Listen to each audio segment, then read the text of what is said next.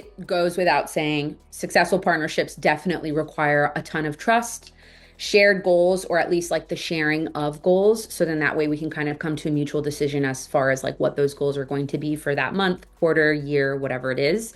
Um, Lots of transparent communication, and then also a trustworthy sort of reporting tool that can kind of measure the success and the outcomes of whatever it is that we're driving.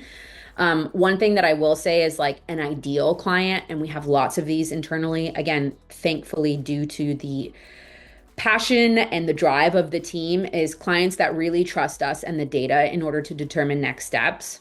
We love clients that want to collaborate with us and like participate in strategic calls with us and things like that. But it's such a breath of fresh air when a client turns around and says, hey, this is what we think. You guys know what's best. Let us know how we should move forward and let's go from there. And to me, especially, that kind of tells me like, okay, great. We have an excellent client relationship kind of like wrapped up in here. So I would say definitely trust is kind of like the key there as far as having a client who knows what they want, but then they also kind of let us sort of like push back on that a little bit, and let them know like, hey, we know this is what you're looking for, but based on the data and based on the experience that we have, we really think that if we test something out like this, it will work out well. And the other thing is our team is very adaptable, very happy to test different strategies so that we can see what works out best. And I would say that's like another big thing that our team is very focused on, is constantly testing and constantly trying to figure out what's going to work best for a client. Because despite working with similar sort of clients within similar industries or verticals, a lot of what we're doing is testing, because no one client is the same, which means no customer base is the same, which means no singular strategy is going to work well across multiple clients. And we usually find that each individual client is at a very different stage in their business and they require an entirely different strategy. So yeah, just lots of trust in the strategies that we're sort of like sorting through and trying to brainstorm for clients. That definitely makes our partnerships extremely successful.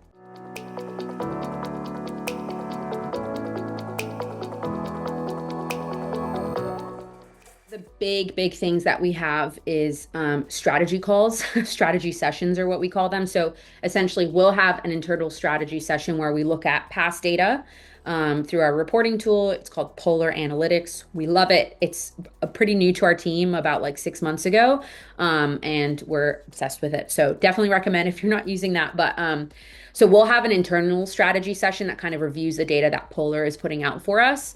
And then once we have that in place, then we'll kind of go to the client and say like, hey, we want to sort of brainstorm with you guys and show you what we've come up with.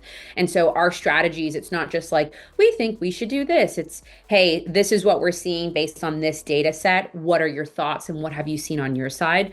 So one of the things that we really encourage clients is to come to the table or come to those calls with some strategy brainstorming sessions that are completed on their end. So then that way we're both kind of coming to and saying like, okay, what data did we both pull? What strategies did we both come up with? Is there a way that we can sort of marry these strategies, or is there like some real testing that we're going to need to dive into over the course of the next month or quarter, whatever the time frame is that we've set? So I'd say that's like a big one as far as like strategy alignment, and then strategy implementation. It's really just making sure that we have full approval from the client. And then every time we're meeting with the client to kind of remind them of like the next set of deliverables that are coming up, it's always a reminder of like, these deliverables are coming up because of this strategy, because of this data. So there's always kind of that backing and like the pairing that we're always trying to make, just as a gentle reminder for clients that like, hey, this isn't stuff that we're just pulling out of our pocket. This is stuff that we've really kind of dove into and analyzed to make sure that these strategies, these deliverables, these campaigns, whatever it is, this is kind of the best foot forward that we can put forth for your brand.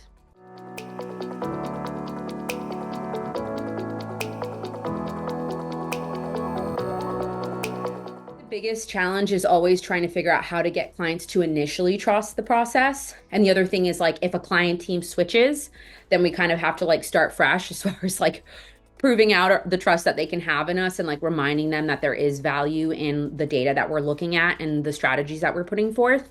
So I'd say like that's always the biggest one. It's just, again, encouraging clients to trust the process. A lot of clients say like, hey, let's just put this into place and like see the results. And more often than not, it takes a little bit longer than that for that to happen. So I'd say that's the biggest challenge. Biggest opportunity is just always communication. Our team is excellent at communicating, but sometimes it's challenging for us to figure out like what the best communication avenues are with clients. So sometimes we have to have a little bit of a heart to heart and say like, hey, we're trying to communicate with you, you're trying to communicate with us.